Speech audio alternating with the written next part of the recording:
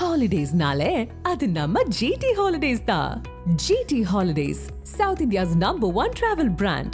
You know you are special when you're with GT Holidays. நெல்லை மாவட்டத்தில் 4 இடங்களில் அதி கனமழை பதிவாகி இருக்கிறது. நெல்லை நாலுமுக்கு பகுதியில் 26 சென்டிமீட்டர் மழை பதிவாகி இருக்கிறது. நாலுமுக்கு, ஊத்து, காக்காச்சி, மாஞ்சோலை ஆகிய 4 இடங்களில் அதி கனமழை பதிவு செய்யப்பட்டிருக்கிறது. நெல்லை மாவட்டத்தில் பருவமழையின் தாக்கம் தீவிரமடைந்திருக்கக்கூடிய சூழலில் நெல்லையில் பல இடங்களில் அதி கனமழை பதிவு செய்யப்பட்டிருக்கிறது. நாலுமுக்கு பகுதியில் 26 சென்டிமீட்டர் மழை பதிவாகி இருக்கிறது. கூடுதல் விவரங்களை செய்தியாளர் வேதவள்ளியிடம் கேட்டு பெறலாம். வேதவள்ளி, நெல்லை மாவட்டத்தில் 4 இடங்கள்ல அதிகமான மழை என்பது பதிவு செய்யப்பட்டிருக்கு. இப்படி வரும் காலங்களில் எவ்வளவு மழை அளவு பதிவாக வாய்ப்பு இருக்கு? வங்கக்கடல்ல புயல் உருவாகி இருக்கு அப்படின்னு சொல்றாங்க. இதோட தாக்கம் எப்படி இருக்கு? வங்கக்கடல்ல புயல் உருவாக போவதாக வானிலை ஆய்வு மையம் அறிவித்திருக்கிறார்கள் விக்னேஷ். நெல்லை மாவட்டத்துல பரவலாக மிக கனமழை பெய்த நிலையில ஒரு சில இடங்கள்ல அதி கனமழை பதிவாயிருக்கு.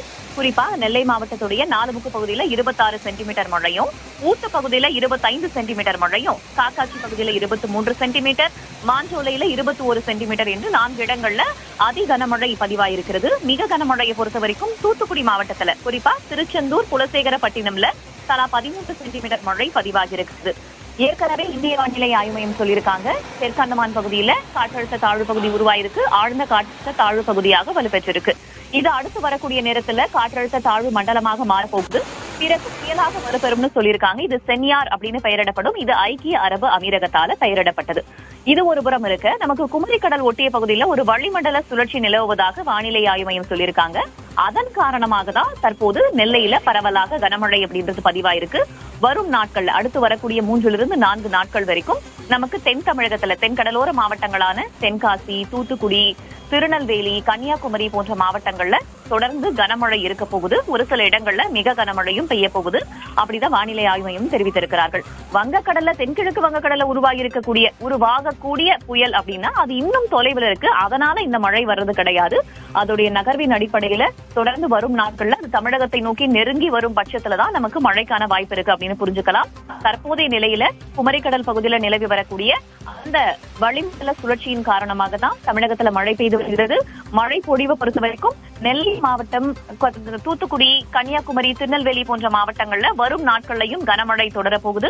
காவிரி படுகை மாவட்டங்கள்ல ஒரு சில இடங்கள்ல கனமழை தொடரப்போகுது. வடகடலோர மாவட்டங்கள், சென்னை உள்ளிட்ட வடகடலோர மாவட்டங்கள், வட மாவட்டங்கள், வடக்கு உள் மாவட்டங்கள் போன்ற மாவட்டங்கள்ல மிதமான மழை தான் தொடரப்போகுது.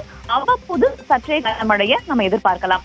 3ஆக பிரிக்கலாம். தென்கடலோர மாவட்டங்களில் மிக கனமழை, அதி கனமழைக்கான வாய்ப்பு தொடர்கிறது. காவிரி படுகை மாவட்டங்கள்ல மிக கனமழை, மற்ற மாவட்டங்கள்ல மிதமானதிலிருந்து சற்றே கனமழை எதிர்பார்க்கலாம். விக்னேஷ், கூடுதல் விவரங்களுக்கு நன்றி வேதவன். Holidays-nale, adu namma GT Holidays da. GT Holidays, South India's #1 travel brand. You know you are special when you're with GT Holidays.